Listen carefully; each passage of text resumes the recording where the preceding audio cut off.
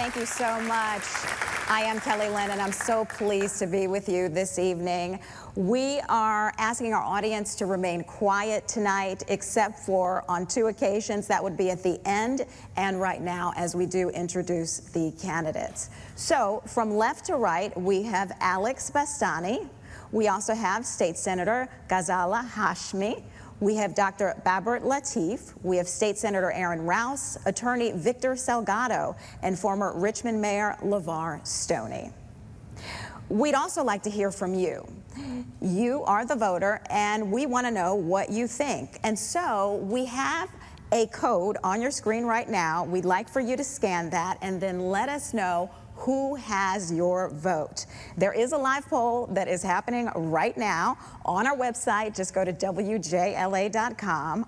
Our broadcast audience is going to see the results updated throughout the evening as more votes come in. And there will be no opening statements tonight. Candidates will have 60 seconds to deliver their closing statements. The topics and the questions were submitted by Northern Virginia voters. Each candidate will also have 60 seconds to answer every question in a rotating order. And I will stop each of you candidates when your time is up. There will be no extra time allotted for rebuttals. So let's move on to the first question. We're going to start with Virginia's economy. The Trump administration's government efficiency effort is hitting Virginia hard. And while Richmond has made an effort to help former federal employees, many communities and families continue to face economic hardship. The question is, what actions would you take to protect Virginia's economy and to support displaced workers? Mr. Bastani, we'll start with you. Good evening. First, I want to express my condolences for the Connolly family. I had the honor of meeting him when I was the president of my union, and I always know I had a fighter. I'm running on the slate of the Virginia Workers' Freedom Act. It's as relevant before President Trump got elected as it is now. Our state needs universal health care for every single Virginian, which would save each taxpayer $4,000 a year. We need to raise the minimum wage to $20 an hour. We need student debt relief so that students can buy homes, invest in businesses, and start families. And of course, we need to repeal the right to work law. All of these actions will create a demand-side recovery that will benefit all Virginians. And that is the platform I'm standing on. Thank you so much. Attorney Salgado. Thank you, Kelly. I also want to express my condolences to the Connolly family. I also want to condemn the shootings in the District of Columbia today. And I want to thank WJLA for hosting us today along with the Northern Virginia Black Caucuses. Families are hurting, our businesses are hurting. I've been crisscrossing Virginia, telling folks that my belief, the twin pillars for social mobilization and success are education and access to capital. That is something that I am committed to do. We need to extend lines of credit to our small and medium-sized businesses. We need to ensure that they have access to this capital. We need to provide tax relief. The tariff policies from Donald Trump are hurting our small and medium-sized businesses, nearly 6,500 of which in Virginia rely on experts. We need to have their backs so that we protect our supply chains, so that we fend off job loss and hardship, and I intend to do that as Lieutenant Governor. Dr. Latif, your opinion, please. Welcome to Prince William County, where I serve as chairman of the Prince William County School Board and as a doctor who's taken care of over 100,000 patients. This is also a district that Abigail Spanberger represented right here, where we shared and brought considerable success. It's also a district where Jerry Connolly served many years ago, and we will miss him fondly. Folks, I've delivered success for our students and for our community here over the last 7 years. And what does that success look like? Record pay raises, record student graduation rates. And we need someone who's going to focus on the work that needs to be done to protect our federal workforce, our contractors, and all those who support our federal workforce. They've lost their jobs unjustly, so we need to make sure they get unemployment benefits, which they currently cannot receive if you lose it for performance reasons. We need to protect Medicaid because they need to have health insurance and to protect it for many of our folks in the community, and we need to restore funding that was cut by the Trump administration for job training, career switching jobs. That's how we're going to get back on our feet. Senator Hashmi. Well, good evening, and thank you to everyone who's here. I especially want to thank our Northern Virginia Democratic Black Caucus for organizing and bringing us together. This is such a critical issue. I have been hearing from constituents, even in my district. I represent Central Virginia, Richmond City, and Chesterfield County. I represent over 10,000 federal employees in that area, and knowing the damage that is coming to our federal workforce is overwhelming. For protecting our federal workforce, we need to ensure that they get legal representation, that they have access to job training opportunities, and that they are receiving all of their benefits, especially health benefits. Secondly, we need to reassure that our state agencies, our programs are not damaged by what Donald Trump is doing. This is a critical next step for us. We have to focus on the work at hand. Senator Rouse. Well, thank you for this evening, for having us to the Northern Virginia Black Caucus. Listen, I grew up as a fighter. I grew up in a single-parent household. My mom raised 4 of us. I grew up fighting my entire life. And as your next lieutenant governor, I will be fighting back against Donald Trump and Elon Musk. When Governor Youngkin came for women's rights, I stepped up and fought back, flipping a red district blue. When Donald Trump came for federal workers and independent contractors, I passed legislation to protect federal workers and independent contractors, as well as our veterans. I grew up in a family working since I was 10 years old. My grandmother died from breast cancer at a young age of 49, and my grandfather, who was an Army veteran, put a lawnmower in my hand. We have to build an economy that works for every single Virginian. That is why, as your state senator, I have passed legislation to extend it to earned income tax credit, to extend the child tax credit as well. Also, as a local councilman, I work to find tax relief for our seniors, as well as a state senator. I would do that again as your next lieutenant governor. Mayor Stoney. First, let me provide my sympathies to the Connolly family and also to his constituents as well. You know, job loss is unfortunately all too common in my lifespan. I saw my father lose his jobs time and time again, and I was born to a couple of teenagers and also had the privilege of being raised by my grandmother, so I saw the trouble of meeting the rent at the end of every month. And now a number of our federal workers will have the same problem moving forward. Right here in Virginia today, 300,000 federal workers. We have over 400,000 who are actually tied to federal contractors. And then when you add the armed forces in, 1 in every 7 worker in Virginia is tied to the federal government. We need people who are willing to stand up to the White House, to Elon Musk, no matter what party they're in. And right now, jobs are on the line, and Donald Trump and Elon Musk have a target on Virginia's backs. I tell you this, I will not be silent like Glenn Youngkin. I will not be silent like Winsome Sears. I will stand up for our workers no matter where they live. Thank you. Moving on to our next question now, a proposed casino in Tyson's Corner and allowing more slot machines across Virginia are being promoted as ways to diversify Virginia's tax base and reduce reliance on property taxes. The question is, do you support these initiatives? And if so, how would you address the negative impacts of gaming, like addiction, and the targeting of vulnerable communities? If opposed, what strategies would you pursue to promote economic development and fiscal stability? Attorney Salgado, we start with you. Oh, I get this one first? Yes. I oppose the casino here in Northern Virginia for a number of reasons. But I want to contextualize my answer in the context of the need for campaign finance reform. Unfortunately, we have Senator Hashmi, Senator Rouse, who are financing their campaigns with big casino money, with skill gaming money. And it's no surprise, of course, that they would vote to bring none other than Steve Wynn, Donald Trump's good friend, into Northern Virginia to build a casino that nobody asked for and that Northern Virginians don't want. So it's important that we reform our campaign finance laws, because they did this knowing that we would have to carry Northern Virginia. And they jeopardize our electoral prospects just so that they can service their patrons in the casino industry. Integrity, folks, matters all of the time, not just some of the time. And with me, I guarantee you will have a lieutenant governor that will do the right thing for the right reasons, not just some of the times, but all of the times. Dr. Lateef, your response, please. I am 100% opposed to a casino in Tyson's Corner. I am 100% opposed to slot machines in your local 7-Elevens, video poker machines in the restaurants in your neighborhoods. They are designed to make children addicted and to be predatory among those who are the most vulnerable.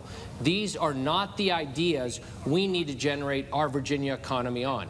I, here in Prince William County, have given record raises to teachers. 61% raises over the last 7 years. And we've done it by also lowering taxes in Prince William. We lowered taxes. We're going to lower the meals tax. We've lowered our car tax rate to among the lowest in the region. How? We've done it by diversifying our economy in Prince William with a mix of data centers and economic development, with a mix of other resources. And we have $1 to $2 billion surpluses in Richmond every single year. Those dollars need to come back to our communities to fund our schools, our roads, and our metros. All right, Senator Hashmi. Thank you. Unlike anyone else on the stage here, I have 6 years of legislative experience and a 6-year record of my legislative work that I've been doing. And one thing I'll share with everyone here today is that anytime I take a look at a bill or an item of legislation, it is through the lens of working families. It is through the lens of how it can impact and support and assist our working families. And I will support a legislation that provides good union jobs, that enables an economy to grow robustly and expand our middle class, an opportunity for families to live in areas where normally the cost of living would be prohibitive, an opportunity for working families to let their children go to excellent schools in areas that they would otherwise not be able to. Senator Rouse. Thank you. I think it's important to understand the entirety of the issue. In terms of dealing with casinos and skilled gaming, I'm someone who also served at the local and state level. I never liked Richmond telling us what to do. So I supported legislation giving the localities the option to decide to put on a referendum to decide whether or not they will want a casino. The other part of that is also supporting our workers, supporting our labor unions, making sure they have good, high-paying jobs so they can take care of their families, so they can make sure that Virginia's economy becomes #1. And probably the most important issue, when we see Donald Trump and Elon Musk put in tariffs that affects our small businesses, well, I'm going to be a small business champion. I'm going to step up for small business owners because small businesses are the backbone of our economy. All right, Mayor Stoney. As the mayor of Richmond, I've sat down with those who were operators of casinos who wanted an opportunity to build in Richmond, and I negotiated with them. And I negotiated a community agreement that would also obviously hire workers and make sure that they have a career path moving forward. But the voters had a say, and the voters had a say twice, and they said no. And now in Fairfax County, with the possibility of building a casino in Tyson's Corner, we've heard loud and clear from residents all across the county, but particularly in the Tyson's Corner area, that they do not want to see a casino there. So I support the residents on this one, because I'm a big believer that we have to talk about land use. I've been a mayor. Land use is important here. It's best and highest use. And knowing what goes on, knowing the traffic and the people coming in and out of Tyson's Corner, I just don't believe that this is the best site for a casino right now in Fairfax County. However, am I open to a casino in Northern Virginia? Yes. But is this the site? No. Mr. Bastani. Of course, I came out against the Tyson's Casino. It made no rational sense to build it in Tyson's. I'm not for a complete ban. I understand from my campaign manager, who actually lives in Danville, it has done a great deal to help that community. It does matter, the unemployment situation of a particular community. I'm not a fan of gambling. However, I believe that the skill game rule should be up to localities. One of the reasons we've lost power in this country is because of the condescending attitude of the economic elite. And it's not my position as a Northern Virginian to sell someone in Lynchburg that they shouldn't have skill gambling at their local 7-Eleven. It should be up to localities, and I will support that. Thank you. Moving on now to the subject of education. Virginia students continuing to face challenges overcoming COVID-related learning loss in reading and math. What specific policies and investments would you pursue to improve student outcomes. Dr. Lateef, please go first. So folks, you know, I've been chairman of the Prince William County School Board for the last 7 years. So this is the work that I've done. And I've done this during the crisis of the pandemic. And what did we accomplish? We've given teachers a raise of 61%, meaning a teacher working in 2018 making $60,000 a year is now making $97,000 a year. When you pay teachers more, you get improved student performance in the classroom. We've had dramatic student improvement across the class, all demographic groups. Graduation rates that are record high, scholarship dollars that are record high, because we invested in our schools and in our students. We need to make sure Virginia contributes their share, meaning Richmond, to our school divisions. Fairfax is running a budget deficit. Virginia's 42nd in the nation for contribution through K-12. We need to get more money from Richmond. Those are our tax dollars, and when they're running $1 to $2 billion surpluses, they need to invest that money back in our communities and for our children. Senator Hashmi. As a former educator myself, and as someone who has devoted her entire life's experience in working in the field of education, this is centrally important to me. I currently chair the Senate Committee on Education and Health, and we've been laser focused on improving public education for all Virginia's children, regardless of zip code, regardless of ability, making sure that we are improving the quality of education and giving every opportunity for children to thrive. This past session, I introduced my second omnibus bill to ensure that we are funding public education. Last year, we passed a $2 billion additional amendment to support public education. This year, almost $800 million. I've also wrote the bill, passed the bill, that brings in $12 million in additional support for mathematics excellence in Virginia. Senator Rouse. Well, thank you. First thing that comes to mind is where would I be? Where would most of us be without our public school teachers? I'm a product of our public school teachers. My mother relied on our education system not only to help us understand the importance of an education, but the importance of being in the community. Listen, one of the things I did when I first became senator is put in a budget amendment to support teachers' pay. We have to make sure our teachers understand that we have their back, that we're going to support them. The other thing that we did was to make sure that we have the support staff was also supported, and English learners. Another thing we did is help pass a bipartisan bill that supported school construction that this governor vetoed. And at a time where we see Donald Trump and Elon Musk want to slash the Department of Education, we have to make sure we make a strong investment in our K-12 public education that directly ties to how well our economy does. Mayor Stoney. Look, I'm the first in my family to graduate from high school, to go to college, and graduate from college right here in the Commonwealth of Virginia. And that's why I made supporting schools my #1 priority as the mayor of our capital city. Under my watch as mayor, we saw funding go up by nearly 60% for our students. We saw that our teacher salaries, on average, when I started out as mayor, was $51,000 a year. By the time I left, it was $73,000 a year. We constructed and financed nearly 5 schools under my watch as well. And right now here in Virginia, we rank dead last in math recovery, 41st in reading recovery since the pandemic. We need to catch our kids up. The best way to do that is to fund the operation. We need to fund the true cost of public education. We need to reverse what happened during the Great Recession and fund those caps that occurred on support staff. In addition to that, we also have to ensure that our kids receive high dosage tutoring, one-on-one attention, whether virtually or in person, and we need to put robust funding behind that. It's time to put our shoulder to the wheel and not ignore this fact. Mr. Bastani. You know, yesterday I got home and I saw a nice little flyer on my door, and it said they're doing some redistricting, so the kids in our particular area are going to go from a school that's in the top 10 to a school 105th. And I thought to myself, why not fix the second school? And I think that's what we need to do. We need deep structural change when it comes to education.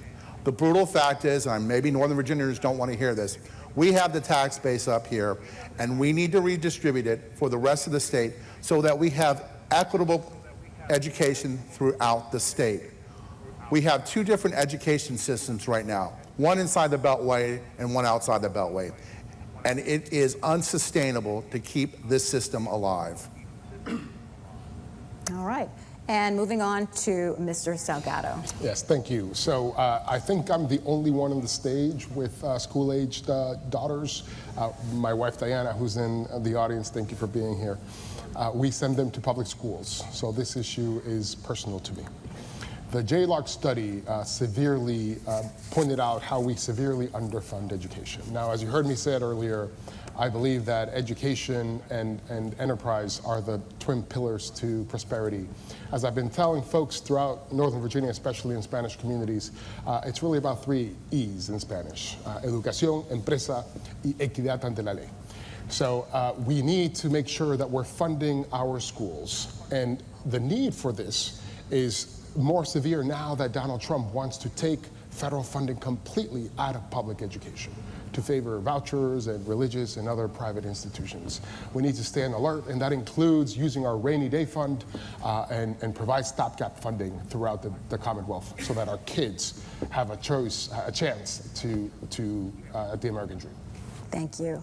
Moving on now to our next question. From the era of enslavement and Jim Crow to the civil rights movement and the ongoing legacy of African American leadership, some are now concerned about how fully and accurately Virginia's history is being taught in the public school system. So if elected, how would you address Virginia's updated history standards? And additionally, how would you support educators in implementing these standards? We'll start with Senator Hashmi. Thank you. You know, it was about 4 years ago that we revised the standards of learning curricula for history and social studies. And we had a fairly robust conversation. We had experts, parents, students involved. We were in a good place to tell the full story of Virginia, the full story of America. Sadly, when Glenn Youngkin came into office, his administration, his Department of Education took those standards, that curricula that had been prepared, and really radically changed it. They stripped out so much of our comprehensive and critical American history. It is so important that we share the full story of America, that our students are educated broadly, comprehensively, that they're given the critical tools necessary to understand and to be immersed in this nation's history. Senator Rouse. Well, thank you. I think we have to start telling a full, accurate history. I think when we see Donald Trump and Elon Musk wanting to take parts of our history out of our school books and erase our school books and ban school books, we have to fight back against that. And listen, as someone, only one of 2 African-American men in our state Senate, someone who has a professional background in sports, I'm here to tell our young black males, our black community, listen, we are more than just athletes. We are more than just running high and jumping high and being 6'4" and strong. We have intellect. We are smart. We are intelligent. And that is what we have to start telling the full story of America, the full story of our community, because it matters to our community. It matters in those communities where young boys and girls think they can only be in forms of entertainment. We need more senators, more doctors, more teachers, more lawyers. And so when we tell the full history of Virginia, it makes our community stronger, our society stronger. Mayor Stoney. Yes, I think people need to know that the atrocities that occurred during the in the antebellum South during the times of slavery, it started right here in the Commonwealth of Virginia, Fort Comfort. The fact that Richmond was the second highest trading post in all domestic slave trade. It's all happened in Virginia. And guess what? Our students know. That's why it's should know. That's why it's very important to me that we continue to fight back against the vestiges of Jim Crow. When I was Secretary of the Commonwealth, I led the transformation of the rights restoration process, restoring rights to over 200,000 formerly disenfranchised Virginians. As the mayor of Richmond, I took down every damn Confederate monument in the former capital of the Confederacy, and I'm proud of that. These are things that should be learned, that should be shown in museums and not celebrated and venerated on grand boulevards. At the end of the day, our history is right here in the Commonwealth. We just can't refuse to teach it. It is important that all of our kids, black, brown, white, everyone should know it. Mr. Bastani. Obviously, we cannot let the Republicans rewrite history. They're trying to rewrite history so they can rewrite the future. We must back up their teachers in the classroom who face these challenges. Also, it would be very helpful if we have some of these school board meetings where, Moms for Liberty are coming into the town. The top 3 officers should show up. I would be happy to show up at a town hall meeting where the Moms for Liberty are there to cause trouble, to make it impossible to teach things like this. So we need to stand up to the right-wing extremists who want to change history because they can't deal with the history. We must confront that history. Mr. Salgado. Thank you. So it's important that we recognize how we got here, right? The Republican Party, they often pick on these cultural wedge issues for electoral purpose, even if it means attacking vulnerable communities and attacking our history. They've done it with the trans community. We have CRT, right? We have now DEI. We, as Democrats and Americans, frankly, we need to stand tall and speak loudly against this electoral strategy because we are on the right side of history. Anti-intellectualism is not something that we should ever wave the white flag to. Until sanity is restored in Washington, we need to fight in the courts because the case law is clear. They cannot withhold federal funds to coerce us, to extort us into pursuing a federal policy. And when we are back in Richmond as Lieutenant Governor, I will ensure that we pursue a legal strategy throughout all of the localities in Virginia so that our kids receive the history, the knowledge, the education that is real and that we ought to be teaching all of us. Dr. Lateef. As chairman of the 10th most diverse county in the country, the most diverse county in the Commonwealth, I am proud to include every voice in every decision we make in our school division. And what has that done? We've actually hired the first African-American superintendent for a large school division in the Commonwealth. When you listen to everyone's voice and you include everyone, what happens? We've had incredible student performance across all demographic groups. Record scholarship dollars won by our students. And all of that is because we all work together to get there. 2 months ago, Donald Trump sent a letter to my school division that if you don't cut your DEI program, we will cut your federal funding. I said we would proceed as usual. And if he decides to push and cut our federal funds, I will see him in court. And Mr. President, I will win, so let's go. All right, we're going to take a quick break, but when we come back on the other side, we are going to hear the candidates' positions on diversity, equity, and inclusion, as well as federal immigration enforcement. We'll be right back.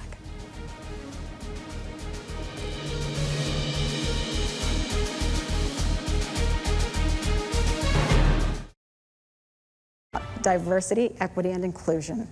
From the White House to the State House, diversity, equity, and inclusion has become the third rail of racial politics and has divided many Virginia voters. My question is, what is your position on DEI, and how would you address concerns among voters on both sides of the issue? Senator Rouse, we are starting with you.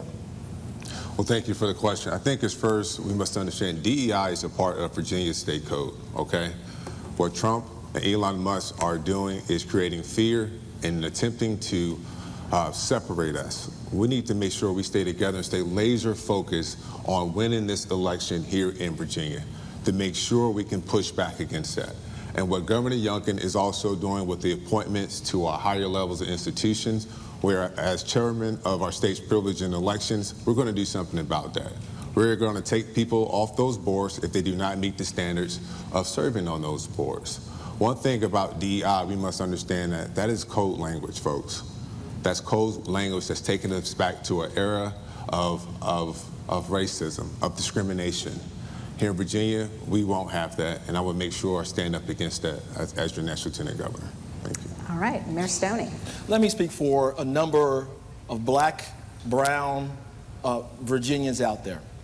Black and brown Virginians believe in equal opportunity, but not equal outcomes, obviously. It is obviously, we can't guarantee those outcomes, but we want to give people opportunities.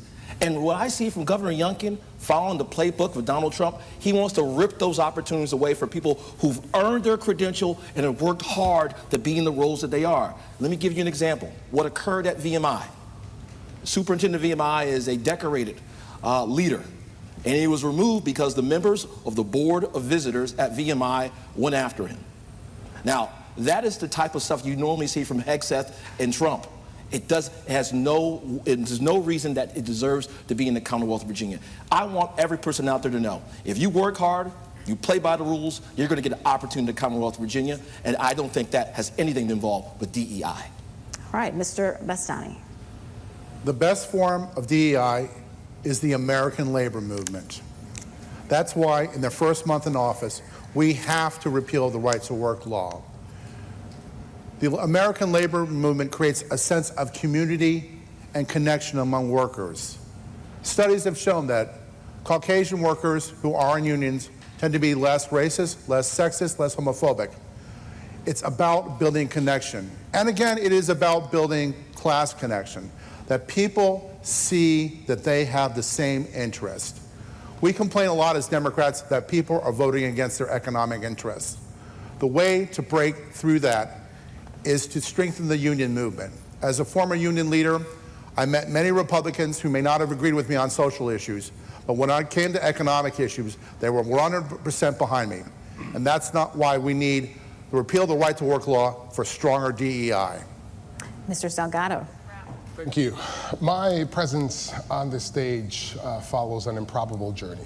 It started with a young couple in New Jersey who emigrated from Peru, worked in factory jobs, and who had their kid nearly 40 years later represent the United States Department of Justice in federal court in some of the most contentious and high-profile cases in the department. That is the American story, a story of opportunity, the promise of opportunity for everybody, no matter your station in life, your skin color, who you choose to love. We had a major setback last November. Donald Trump is putting us back, is sending us back in this quest towards a more perfect union. And he's using these codes to do that, to divide us, such as DEI. So we have to call it for what it is. Really what he's doing is putting more unqualified people to replace qualified people like Lloyd Austin in as Secretary of Defense. Kristi Noem, the Secretary of DHS, doesn't even know what habeas corpus is. Dr. Lateef. Please. Folks, I've been doing this work for the last 8 years, also on the University of Virginia's Board of Visitors. I've been doing it at the Prince William County School Board. I myself have been public school educated from kindergarten all the way through medical school. It is critical that we defend this work where we include everyone's voice in every decision. And folks, when we do this, we all succeed. We have proven that here in Prince William County, the 10th most diverse county in the country, second in the country. Record performance of our students, even through the pandemic. Record scholarship dollars. 4 years ago, they were winning $20 million worth of scholarships across our 13 high schools for our seniors. Last year, $130 million. That is students who are black, who are white, English-speaking, non-English-speaking students with disabilities, women and men.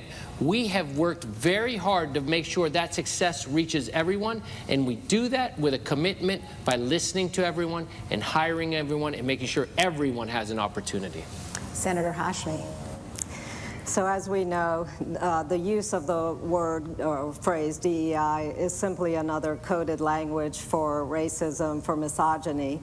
You know, I remember a time when women were denied here in Virginia opportunities to higher education. The doors of University of Virginia and other fine institutions were closed against women.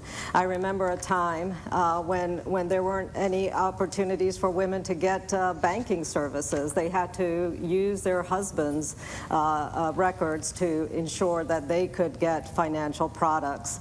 The efforts that we have made in diversity and equity and inclusion have led to policies and opportunities that open doors for everybody. On the first day of Glenn Youngkin's administration, right after he was inaugurated, he stripped Virginia website of all of the efforts on DEI. I've stood up then and stood up continuously to challenge Glenn Youngkin on what he's been doing. Thank you. Our next question centers on public safety. Virginia facing high rates of domestic violence. Recent numbers show that more than 30% of the Commonwealth's homicides are domestic violence related.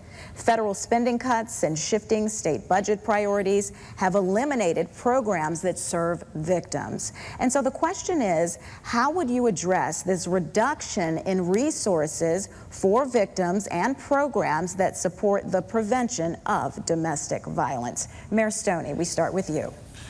You know, as a kid, I unfortunately saw domestic violence in my own household as a young man. And that's when you learned as a kid that these incidents are wrong. And I have been to a number of organizations in Richmond where I served as the mayor of the city and have listened and seen the impacts of what domestic violence does to a community, but also does to a family as well. I think it's important that those providers in the nonprofit space who are essentially the safety net for those who are experiencing domestic violence receive the funding in order to continue to operate. We need to have more safe havens when women and men who have to get away from a partner that might be too violent with them. I think it's important also that we continue to fund this through efforts through whether in health but also ensure that law enforcement is involved as well. Mr. Bastani. Domestic violence falls out of our difficult economic times. People need resources. First, we need, again, universal health care. Obviously, domestic violence is a mental illness issue.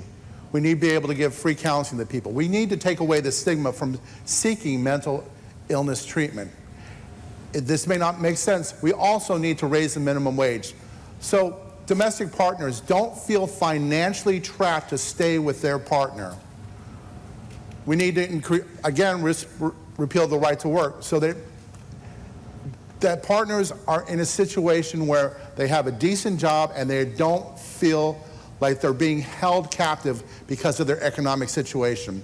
There are so many cases in domestic violence where the person who's being abused is economically dependent on the person that's abusing them. Mr. Salgado. Thank you. So, like most issues, defunding these efforts is a political and a moral choice. And there's a message behind it, right? Of how we value certain members of our society, in this case, women and others who may be in a dysfunctional relationship. And because it is a choice, the solution is a will. So we need to increase the funding aggressively from Richmond to make up for the shortfalls caused by the federal government.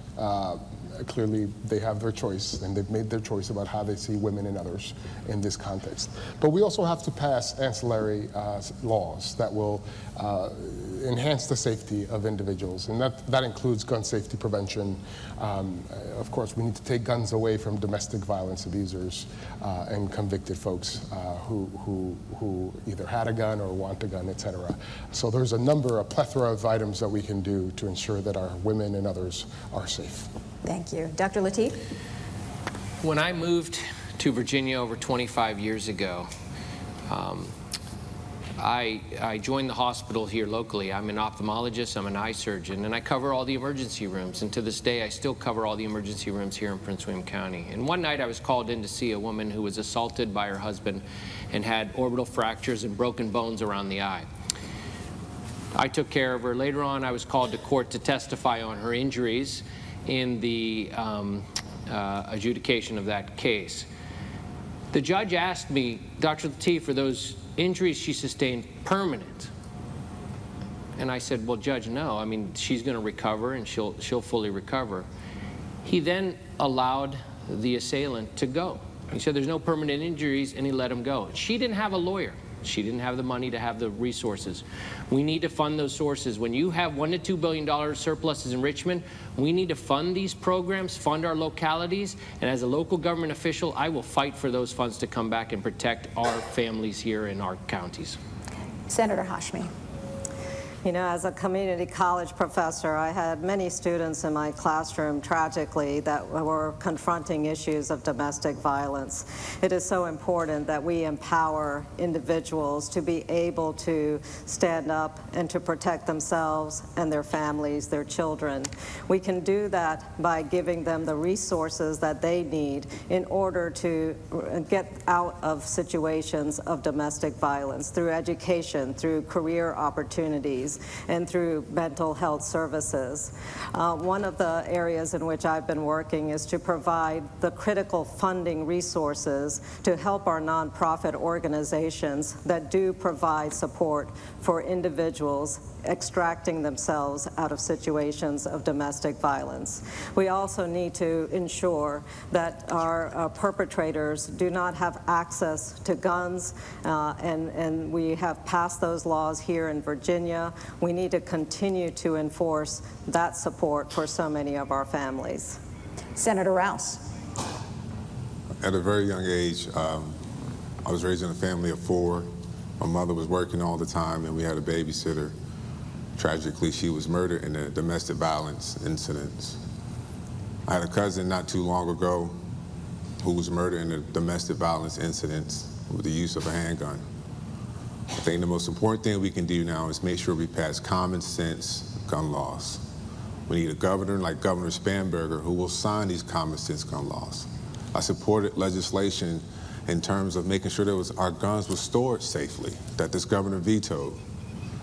I think also anytime we have any domestic violence situations within that household, everybody in that household is a victim.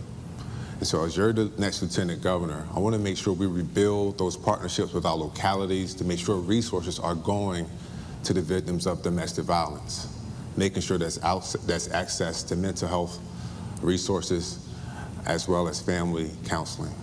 Thank you. Several Virginia counties are under scrutiny right now over policies that allow individuals access to spaces like locker rooms and bathrooms based on their gender identity. The question is, how would you navigate the challenge of creating an environment where all students feel safe and comfortable while also respecting families' desires to support their children's identity and expression? What policies or practices would you advocate to balance these sometimes competing concerns? Mr. Bastani, we'll start with you. Well, we're going to have to, it's going to cost money. We're going to have to be able to provide facilities so that meets the interests of both parties. We're going to have to sit down and try to work this out among the parties. Obviously, this is a very controversial issue. We want to protect everyone, particularly children in situations like that. So it's a matter of, again, mental health assistance so that we are aware of what we possibly can do best to assist these people. But we need to work together to try to find a solution. All right, Mr. Salgado. You're not going to like my answer. This is a wedge issue, a cultural wedge issue that the Republicans have put on the table. This is not a problem in America. They have scapegoated our trans community, some of the most vulnerable among us, with the highest suicide rates. When we have so many bigger, real problems, they force this issue onto us so that they can divide us. I know trans persons. They are some of the nicest, kindest, most talented individuals in our country. We should stand up for them. We shouldn't engage in this cultural war where they are scapegoated for political gain. And I am not going to engage in that discussion here today because there are bigger fish to fry. Dr. Lateef. Folks, as a school board chair, which has not been the most terrific job over the last 7 years, I've been on the front lines of all of these culture issues. And I'm proud to say here in Prince William County, we have an incredibly strong non-discrimination policy, a policy that we have followed to the T, a policy that we have committed to making sure we protect all students and have an open and welcoming place. Our school policies are designed to promote student achievement, extracurricular success, proper mental health, and that's the work we've done. We've done it in an open and welcoming way while maintaining and following all federal laws, protecting all students, making sure students are accommodated to the needs they have, even on a one-to-one basis. These students require that we create these open environments that are safe, and we've had an incredibly strong record here in Prince William County, where I dare say we have a model policy that a lot of folks follow. Senator Hashmi. Over the past 6 years, I've been a consistent and strong ally with our LGBTQ communities and protecting our vulnerable children, especially our trans children. You know, this population is recipients of violence in schools. They're also bullied, and it is incumbent upon all of us, especially those in elected office, to provide the civil rights protections, the essential civil rights protections for all communities, but especially minority communities.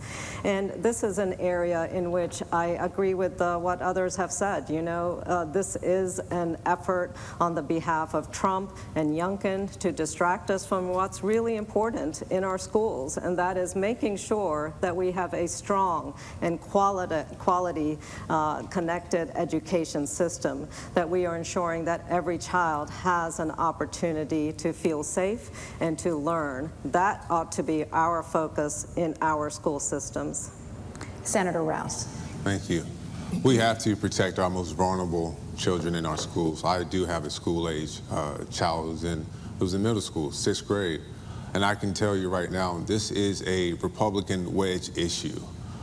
With that being said, we have to make sure I'm more concentrated and focused on rebuilding the village, because it takes a village to raise our babies. It takes a village. It takes a village of teachers, of community leaders, of making sure that those folks who are in our communities are working together to make sure we have a safe environment. We have enough on our plate to make sure we can fully fund our schools, rebuild our schools, and make sure every child in the state of Virginia has a first-class education. That is what we're more focused on, making sure we can do that. And once we fully invest and make education our priority for us, that will do well for our economy, because it makes sure we have a well-trained workforce that's more appealing and enticing to corporations that want to call Virginia home. Mayor Stoney. The North Star for the Commonwealth of Virginia should be, we should be the most welcoming and most inclusive state in the entire union. I want Virginians to be able to live as their true selves. And what I see from the GOP is, once again, more divisive distractions. They're more concerned about that than whether or not your child can read, write, and do arithmetic at grade level. As I stated earlier, we were ranked 51st, so the last in the United States, in math recovery. We were ranked 41st in reading recovery. We should be focused on how our kids are performing in the classrooms, and then being so concerned about these divisive issues. Here's the thing. We've seen Glenn Youngkin and a number of his Republican cronies, you can add Winston Sears in there as well, use our children as pawns. Use our children as pawns. And they're more concerned with that than giving them a fair shot through our education system. As the next Lieutenant Governor, I will not stand for it. We will have a more inclusive and more welcoming Virginia for all. All right, we're going to move on now to our closing statements. Each candidate will get 60 seconds to deliver their closing statement, and I will stop you once the time is up. 7 News did draw names, by the way, to determine the order of the closing statements. So, Senator Rouse, we will start with you. Thank you. I'm Senator Rouse, and I'm running to be your next Lieutenant Governor, fighting for every single Virginian, making sure they have the opportunity to thrive. When Donald Trump and Elon Musk came for federal workers and veterans, I wrote and passed legislation to protect our federal workers, as well as our contractors and veterans. When Glenn Youngkin came for women's rights, I stepped up and fought back and became the deciding vote to protect women's rights in our Commonwealth. And when Donald Trump and Elon Musk came for our healthcare system, I passed historic legislation that lowers our healthcare, that lowers our prescription costs, and make sure we can protect Virginians. So I humbly ask for your vote and your support, and that's why leaders across the Commonwealth has endorsed our campaign. So please go to rouseforvirginia.com and let's chart a new way forward in Virginia. Mr. Salgado. Thank you. For 13 years, I've sworn an oath to defend and protect the Constitution. I quit my dream job after last election. And the question now is, what type of lieutenant governor candidate and what type of lieutenant governor do you want alongside Governor Spanberger? This is a crowded field, right?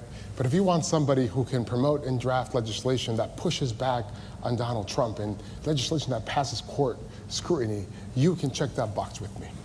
If you want somebody who can fight legal battles alongside Abigail Spanberger, you can check that box with me. If you want somebody who can appeal to the broader electoral spectrum and talk about pro-growth policies and small businesses and law and order and safety, you can check that box with me. At the same time that you want a progressive candidate who you know believes that rising tides lift all boats and that we leave nobody behind, you can check that box with me. These are difficult times. These times call for a different type of politician. Let's get rid of the old playbook. I'm here to serve. Thank you, Virginia. Mr. Stoney. From the time I was born to a couple of teenagers, my mother being 16, my father being 18, I fought my way up the economic ladder and became the first in my family to graduate from high school and the first in my family to go to college and graduate from college. And when over the last decade, I've been able to serve at the state level as the Secretary of the Commonwealth, where I transformed the rights restoration process, restoring rights to 200,000 plus disenfranchised Virginians. And as the mayor of Richmond, at 35 years old, the youngest person to ever serve, I've been the only executive on this stage today.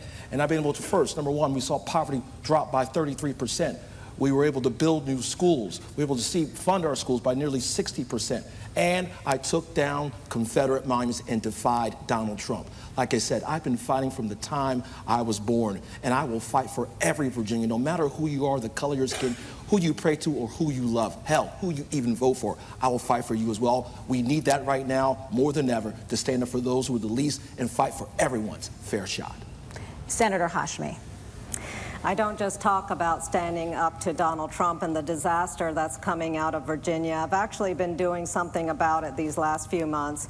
You know, I wrote the plan to protect Medicaid for over 600,000 Virginians. I fought for the right to contraception and for our constitutional amendments to secure abortion rights, restoration of rights, and marriage equality. I secured over $2 billion of additional funding for our public schools. I'm the only candidate that has been endorsed by abortion rights and environmental groups. We need an executive team that's ready to hit the ground running on day one. We need a lieutenant governor who doesn't need on-the-job training. After 6 years now in the Virginia Senate, I'm ready to be the president of the Senate. I'm ready to be Virginia's next lieutenant governor. Dr. Lateef. Folks, I didn't wait for Donald Trump to get elected in 2016 to stand up and serve our community. I've been in this fight representing our values long before he arrived on the scene, and I'll be here long after he's gone. As a doctor and chairman of Virginia's second largest school division, I spend my days listening to people, hearing their concerns, solving their challenges. And whether it's the exam room or the boardroom, the concerns are the same. Will our children have a better future than I did? Will my parents be able to retire after having worked so hard? Right now, too many Virginians are feeling squeezed by high costs, stagnant wages, and an economy that does not work for everyone. And while chaos reigns in Washington, D.C., I will bring steady, sober, principled leadership to protect our progress and stand up to Donald Trump. And as your next lieutenant governor, I will fight to fully fund education, lower health care costs, and make Virginia the best place to live, work, and raise a family. Mr. Bastani. The American dream is out of reach for the vast majority of Virginians. A CBS News Watch article this week said 60% of Americans can't afford basic human standards. 24% of Americans are functionally unemployed. I am the only candidate in this race that is seeking deep structural changes that we have needed for over a decade now. Voting for the professional politicians is voting for the status quo. This hasn't worked, and this is where we are now. We must move forward. I am asking for your vote on June 17th, not for myself, but the 2/3 of Virginians who are struggling every day to make ends meet. Thank you, and God bless. And that is going to do it for our Virginia Lieutenant Governor debate. Please join me in thanking our candidates for being a part of this.